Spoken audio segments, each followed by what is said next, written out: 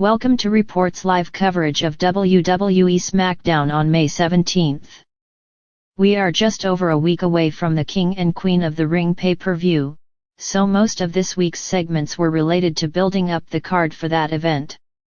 Here is a look at what was advertised for Friday's show. Logan Paul and Cody Rhodes sign their title versus title contract. Randy Orton vs Carmelo Hayes KOTR. LA Knight vs Tama Tonga KOTR. Tiffany Stratton vs Bianca Belair QOTR. Jade Cargill vs Nia Jax QOTR. Let's take a look at what went down during Friday's show. Bianca Belair vs Tiffany Stratton. SmackDown opened with a video hyping the King and Queen of the Ring matches set for the show and showed several superstars arriving for the show. Belair's music hit for her entrance when we finally went live in the arena.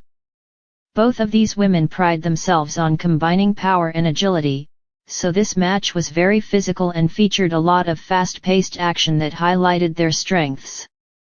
Straton has continued to look more confident with each performance and Belair works well with almost anyone.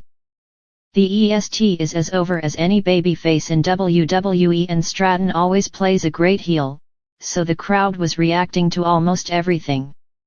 This bout went back and forth with both competitors coming close to winning a handful of times before Belair hit the KOD for the win. She continued selling her injured leg after the match was over, so that will likely carry through to her next bout. Result: Belair defeated Straton. There were rumors on social media earlier on Friday that Belair was pregnant. Montez Ford and Angelo Dawkins had a lot of fun with those rumors. Straton really throws herself into her bumps. She makes her opponents look great. Belair's scream when her knee hit the steel steps was so convincing. LA Knight vs Tama Tonga. The second match of the night was the KOTR quarter-final bout between Tonga and Knight. Solo Sikoa, Tonga LOA, and Paul Heyman were all at ringside.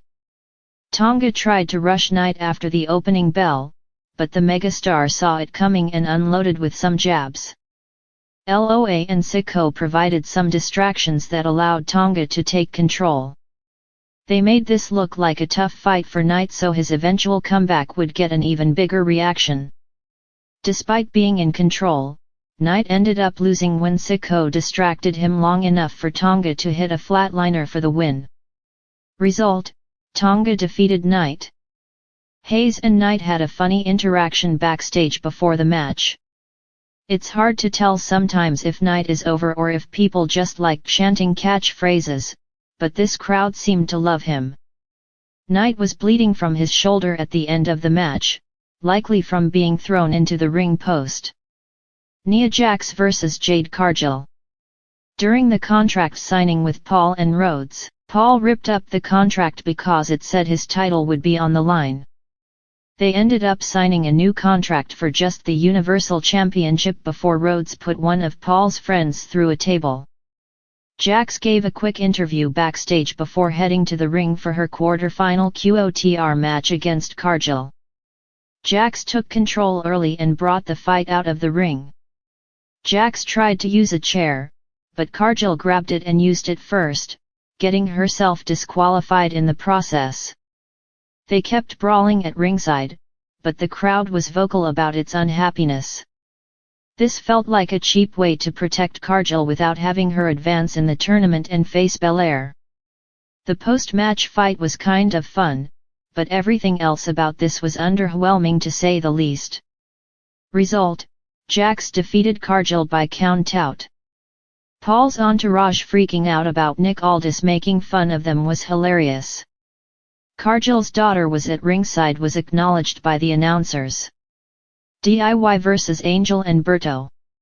Austin Theory and Grayson Waller sat with the commentary team to watch Johnny Gargano and Tommaso Ciampa take on Angel and Berto.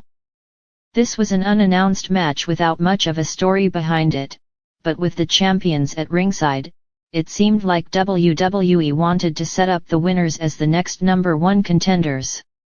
The ref caught Santos Escobar and Elektra Lopez cheat and ejected them, but DIY won a moment later before they were even halfway up the ramp.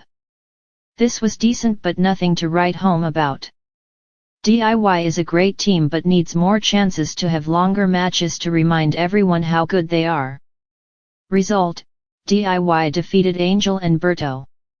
Legado del Fantasma feels directionless right now.